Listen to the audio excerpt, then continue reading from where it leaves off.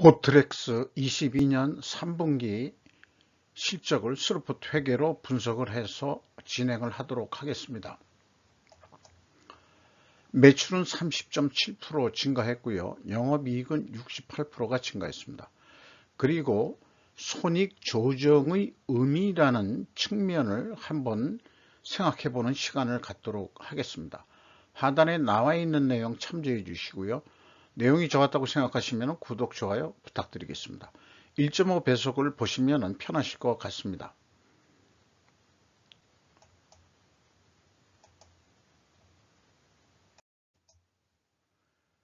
조정 또는 조작, 이거 영어로 adjustment 또는 manipulation이라고 이렇게 표현할 수 있는데, 제가 이런 질문을 한번 화두를 던져볼까 합니다.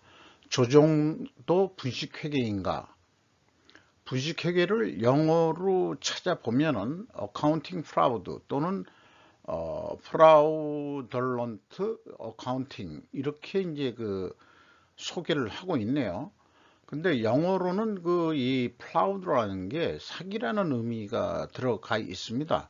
분식회계는 이제 일본에서 만든 용어고요.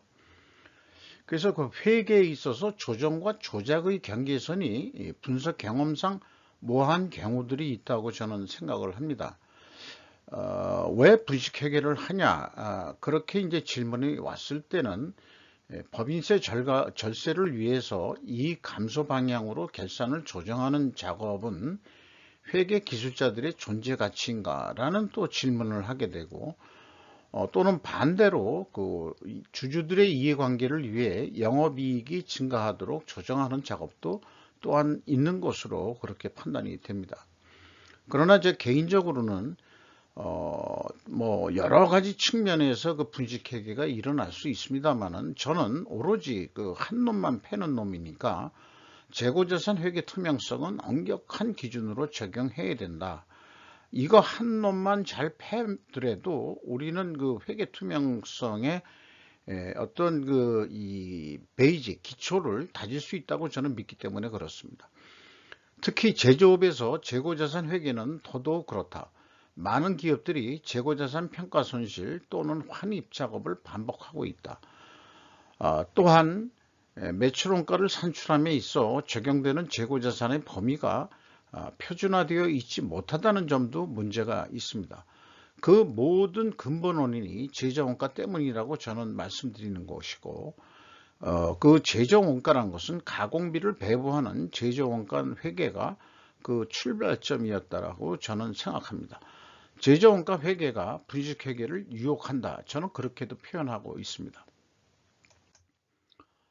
원가 회계 손익 내용을 보면은 매출이 30.7% 증가했습니다만은 가공비 배부 재고자산은 17.2%를 줄였습니다. 이것은 이제 매출이 증가하면은 재고가 감소하는 것은 바람직한 결과라고 할 수 있겠습니다. 일반적인 기업들은 매출이 증가하면 덩달아서 재고도 크게 증가하는 경향이 있는데, 이 기업은 재고를 줄였습니다. 이것은 또 플러스적인 측면이 있습니다. 매출원가는 28.2%, 매출 증가보다 적게 증가해서 매출 총이익 41.5% 증가했고요. 판매관리비 좀 적게 증가해 가지고 영업이익이 69.6% 증가한 것으로 이렇게 됩니다. 그렇다면은 스루풋으로 볼 때는 매출 재료비가 더 증가를 했습니다. 아까 매출원가는 좀 덜 증가한 거로 되어 있죠. 그러나 이제 매출 재료비 자체는 35.4%로 더 크게 증가했고, 그래서 스루풋은 25.9%밖에 증가를 안 했고, 스루풋율로 보면은 1.8%가 감소한 상황입니다. 그리고 운영비용은 19.2%가 증가했습니다. 그럼에도 불구하고 생산성은 상승을 해가지고 스루풋 영업이익은 250억 원으로서 원가회계 영업이익보다 10억 원이 더 많은 결과를 나타내고 있습니다. 이것은 가공비 배부 재고자산이 감소했기 때문이다, 이렇게 말씀드리겠습니다. 재고자산 내역을 보면은 WCAI 가공비 배부 재고자산이 29억 원 선이 감소를 했습니다. 전년 동기도 거의 20억 원이 감소를 했었습니다. 이렇게 2년 연속 3분기 선까지는 감소를 했는데 연말 그 재고를 보면은 재고가 늘어난다 이렇게 봐집니다. 연말 때는 왜 재고가 증가할까? 이런 게 이제 또 여기 그 2021년 말 재고하고 그 2020년 말 재고면은 재고들이 상당히 높거든요. 오히려 올해는 한 10억 정도 줄이긴 했습니다만은 연간으로 따지면은 연말에 재고가 증가한다는 것을 느낄 수 있겠습니다. 앞서 얘기한 대로 연간 그 실적이 더 중요할 수 있으므로 영업이익을 많이 내려 그러면은 재고를 많이 증가시켜야 된다는 게 이제 원가 회계에 그 세뇌되어 있는 그런 사고방식이 되는 거죠. 비용의 성격적 분류 내용의 분석에 있어서 원재료의 사용이 19.8% 증가했고요. 매출원가 재료비는 35.4%나 크게 증가했습니다. 운영비용은 19.2%가 증가했고요. 그 다음에 그 가공비가 16.6% 증가했는데 가공 비율로는 35.1%로 감소했습니다. 이것은 그 상대적으로 원재료가 증가한 건데 원재료 가격이 크게 상승했다고 그렇게 우선 해석이 됩니다. 그런데 재고자산 명세에는 상품의 비중이 상당한데 이 비성분 쪽에서는 상품에 대한 언급이 없습니다. 이게 또 좀 불투명합니다. 이 원재료 사용에 상품이 들어가 있는지 여부는 객관적으로 확인되지 않습니다. PQ 총 제조 비용은 스루프 회계를 통한 총 제조 비용이 Q 총 제조 비용이고요. P 총 제조 비용은 비성분 데이터에서 추출한 그런 총 제조 비용이 되겠습니다. 이것이 이제 5억 5천만 원 차이가 나는데 이 Q 그 스루프 기준으로 산출한 그 총 제조 비용이 더 적습니다. 그래서 원가 회계 총 제조 비용이 더 많습니다. 전년도에는 더 크고요. 더 큰 차이가 있습니다. 이런 차이가 있는데 이것은 그 재고자산의 변동범위 차이가 되겠습니다. 재고자산 회계투명서 2단계로 보면은 1번이 이제 스루프에서 산출한 재고자산의 이 변동액이고요. 비성분에서는 그 회사가 제시한 거죠. 이 마이너스는 그 재고자산의 감소는 그 비성분 쪽에서는 플러스로 표현이 됩니다. 근데 그 차이가 이 PQ 총 제조 비용하고의 그 차이하고 일치하는데 이 내용이 무엇인지 추적되지가 않습니다. 그래서 전체 재고자산도 아닌 거죠. BWCA의 증감, 원재료의 증감액을 가감해 줘도 갭2로 남고요. 그렇게 되는데 죄송합니다. 그런데 평가 충당금의 증감액이 이 차이액에 해당하게 됩니다. 이게 무슨 조화냐? 이렇게 보면은 회사는 그 어떤 비성분 재고자산의 변동범위 기준을 책정했더라도 이것을 보면은 원재료까지 포함한 그런 내용이 되니까 여기 위에 나와 있는 대로 비성분 재고자산의 변동액을 장부가격이 아닌 취득가격으로 산출한 것은 성과를 왜곡하게 된다. 이렇게 분석이 됩니다. 그래서 그 매출원가를 감소하려는 의도가 있었지 않았느냐. 그러니까 매출원가를 감소시켜서 이익이 많이 나오도록 그 조정 작업을 한 거 아니냐. 극단적인 표현으로는 조작한 거 아니냐. 이렇게도 이제 얘기할 수 있다는 거죠. 근데 이런 것 자체를 저는 광의적으로는 분식회계라고 저는 얘기할 수밖에 없습니다. 재고자산 처분 손실은 영업의 손실로 처리한 것으로 추정된다. 이건 현금 흐름표 기준 전체 재고자산의 증가액의 검증인데요. 현금 흐름표에 나와 있는 이 재고자산의 증가액은 24억이 그 현금이 들어온 게 되어 있는데, 재무상태표 전체 재고자산은 8억 6,400원이 감소한 거로 되어 있거든요. 그럼 24억 원이 감소했는데 8억 6,400만 원이 감소를 안 했습니다. 갭이 16억 원이 납니다. 그래서 그 재고자산 평가손실 마이너스로 되어 있는 거는 환입을 잡았다는 얘기거든요. 작년도에 평가손실을 많이 잡았다는 얘기가 됩니다. 그거를 가감해 줘도 갭2로 남습니다. 거기다가 이 회사는 재고자산 처분 손실까지 있습니다. 그러면은 그 갭이 38억 8,400만 원이나 됩니다. 그런데 이 재고자산 처분 손실이 영업의 손실로 처리한 것으로 추정이 됩니다. 때문에 계속해서 제가 얘기를 하는 게, 재고자산 명세는 재고자산 흐름으로 공시해야 된다는 주장은 아무리 강조해도 지나치지 않은 것입니다. 입고 출고 금액까지 해서 여기 폐기라고 표현했습니다만은, 처분 손실이 그냥 폐기만 한 건지 처분을 해서 고철 가격으로 팔은 건지, 이런 면들을 여기에 표시해 줘 가지고 기말 재고가 얼마 나왔다. 그래서 그 매출 원가에는 요 폐기는 그 반영을 안 했다든지, 그런 어떤 그 주석을 달아줘야 될 것입니다.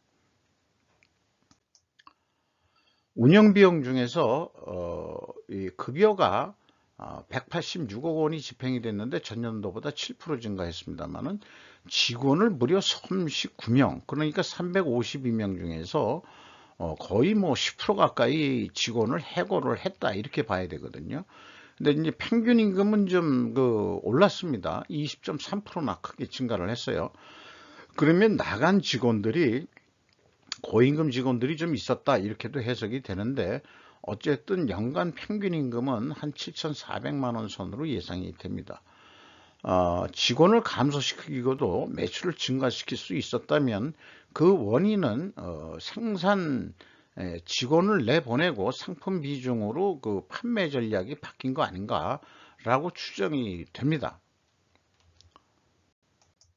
경영평가 지표로서 가공비 배부 재고자산 원가 회계 회전율하고, 그 다음에 제가 이제 새롭게 산출하는 스루풋 재고의 회전율은 일치를 합니다. 기준을 같이 봤기 때문에 일치하는 거고요.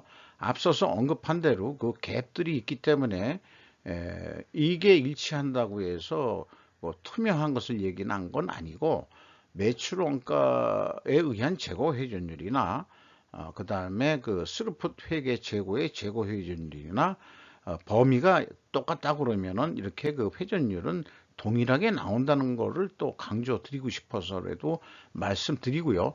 재고자산의 변동 범위가 만약에 다르다고 한다면은 이 회전율은 다르게 산출이 될 것입니다.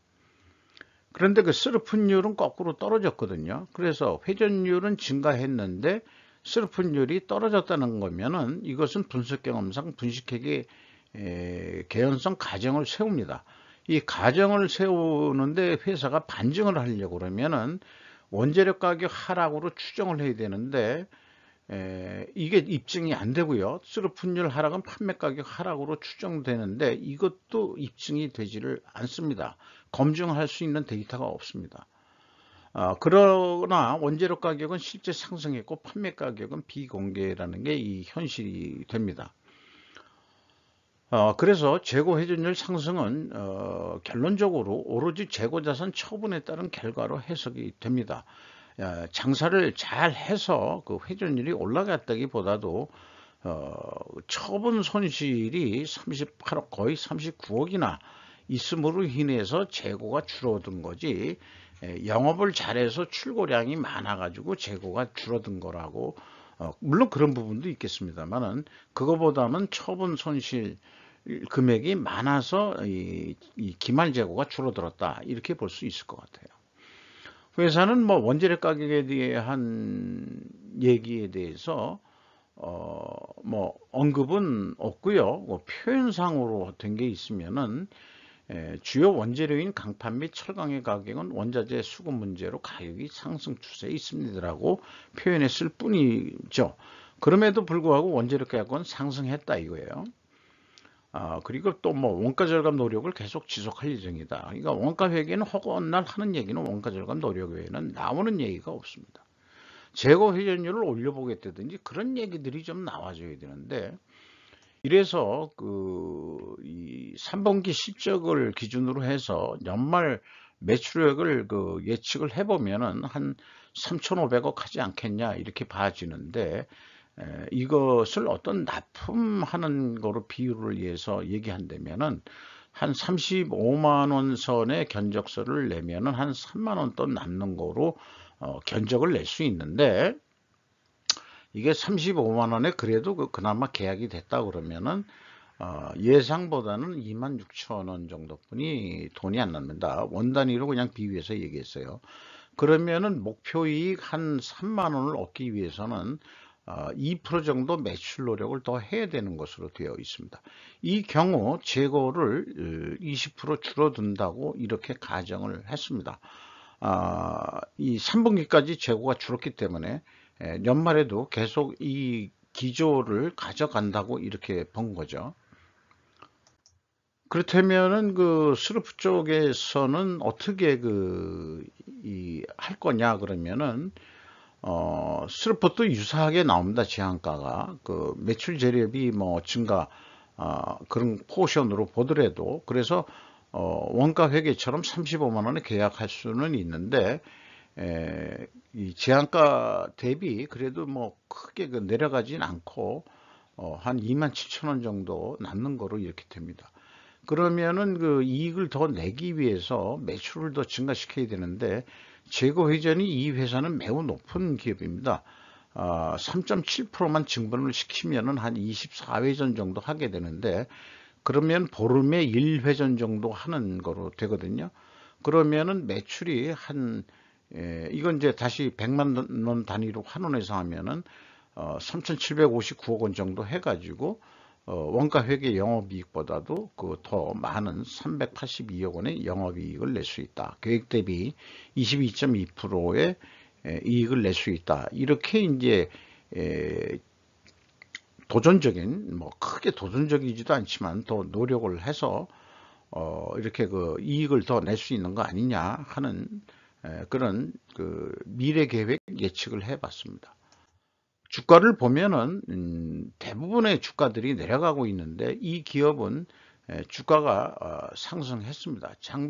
그러나 장부 가격 대비로는 50% 선뿐이 안 됩니다. 이 BPS 장부 가격이 크게 상승을 했거든요. 근데 이 원인 중에 하나는 전환사채 관계가 있는 거로 그렇게 판단이 됩니다. 그리고 5% 이상 주주를 보면은 이영환 씨가 28.99%를 가지고 있고 송은희 씨가 10.12% 지분을 소유하고 있습니다. 이상 3분기 분석 내용을 마치도록 하고요. 이 코스닥 시장 이런 쪽에서는 말하자면 공시기한 말에 학생 증후군같이 몰아서 하지 않고 미리미리 이렇게 공시하는 기업들이 있는 게 좀 다행이라고 생각합니다만은, 이 기업 자체는 클리어하게 회계 투명성이 입증이 안 된다. 이렇게 볼 수 있지 않을까. 이렇게 이제 생각을 해봅니다. 이상 마치도록 하겠습니다. 감사합니다.